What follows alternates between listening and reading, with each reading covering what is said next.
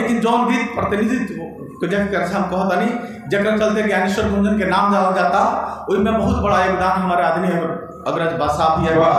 बादशाह भैया कैसे कहे नहीं कि बादशाह भैया सुख दुख सुतत उठत कुछ लिखे नहीं, कहीं भैया तनी सुनबा हो ये ऐसा लिख ले बानी। और इधर निरंतर हम इधर दीर्घायु होने के कामना करता नहीं। ये भाई बाड़े के हमारा बाल बच्चा परिवार गांव नगर मूलतः हम ठेकराहा के रहे वाला है, बेतिया में पेशकार बानी और प्रोफेसर हो जाम तो यूनिवर्सिटी में चल जाए। बस ये माई से ही बा कि जबले जिंदगी दी हो हमनी के साथ बन रहे, मंच पंच के साथ बन रहे और समाज के हम आईना दिखाओ तो नहीं इतने करिए। देखिए बहुत सारा कि बुजुर्ग बा जौन अपना बेटा के पढ़ावता, लेकिन का बेटा बड़ होके वो माता पिता के उस सपना के पूरा कर पाओता नहीं कर पाओ, और का कष्ट होता। देखिए एक पिता के दर्द एक गीत के माध्यम से कि ढेर पढ़े बाबू होशियार हो गई, ढेर पढ़े बाबू होशियार हो गई, टूकी टूकी आंगना दुआर हो गई। ढेर पढ़े बाबू होशियार हो गई, टूकी टूकी आंगना दुआर हो गई। रोज लाकुराद में समय बितावे, अब बापू के कमाई दोनों हाथ से लुटावे। रोज लाकुराद में समय बितावे, अब बापू के कमाई दोनों हाथ से लुटावे। अब बाबूजी के सपना बेकार हो गई, टूकी टूकी आंगना दुआर हो गई। फिर पढ़े बाबू होशियार हो गई, टूकी टूकी आंगना दुआर हो गई।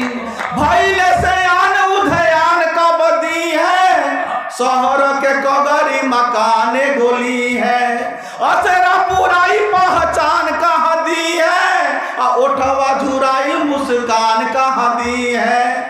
लोग बाग घरवा के भार हो गई, लोग बाग घरवा के भार हो गई, टूकी टूकी आंगना दुआर हो गई। ढेर पढ़े बाबू होशियार हो गई, टूकी टूकी आंगना दुआर हो गई। और जब गढ़ाइल बाटे दुनिया के नाता, अब बेटावा के नाम से ही बपो चिन्हाता। और जब गढ़ाइल बाटे दुनिया के नाता, अब बेटावा के नाम से ही बपो चिन्हाता।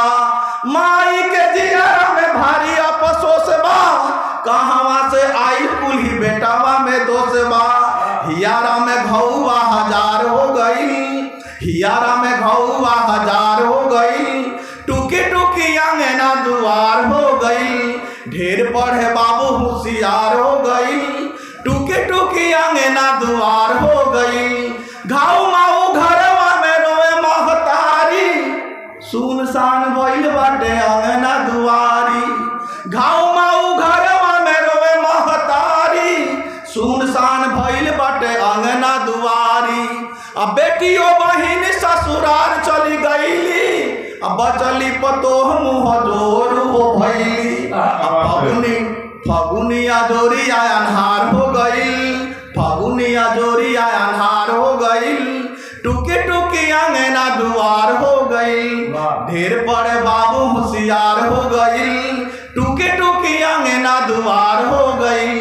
आखिरी बंद ये गीत के आखिरी अंतरा रोक देता नहीं कि बेटा के पढ़ाने में बाप गरीब आइले, सुसुकते मने बाटे सासू भी आइले। बेटा के पढ़ाने में बाप गरीब आइले, सुसुकते मने बाटे सासू भी आइले।